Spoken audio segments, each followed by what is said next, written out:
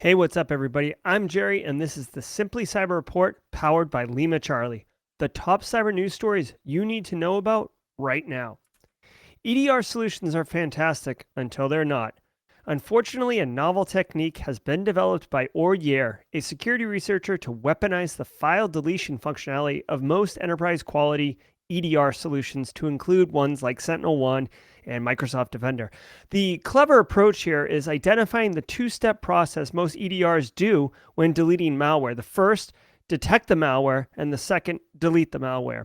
Or Yair questioned if he could control flow in between those two steps, and as we find out, he can. He creates or drops a malicious file in a temp directory with the same file name of the legitimate file he wants to delete. Once the EDR detects it says a malicious file, which is nearly instantly, it gets flagged for deletion. He holds the file's handle open to keep it from being allowed to be deleted from the system. He then deletes the temp directory with the malicious file and creates a junction to the legitimate directory where the legitimate file is stored.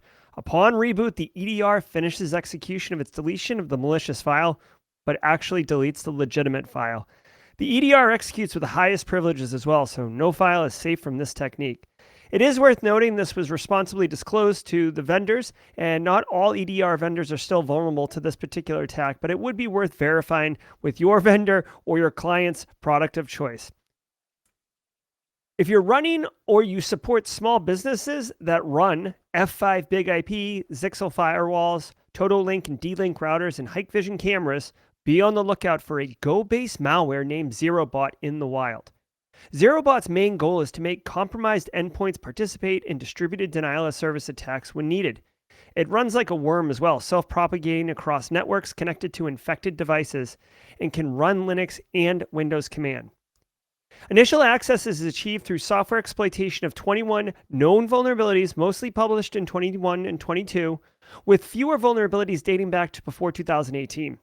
So keep your gear patched and check out IOCs for Zerobot to facilitate detection and threat hunting activities.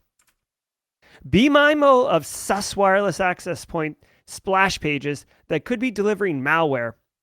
Android malware dubbed Zombinder is infecting Android and Windows devices in a kind of just-in-time Trojan style malware. Users are tricked to download the Zombinder payload through the fake wireless access point splash pages. Zombinder then enables criminals to bind whatever malicious payload they want to legitimate apps on the system. So, for example, the Instagram app on your mobile device. You'd still be able to double tap to show some love for your favorite sports team's Instagram post, but also have the malware sideloaded.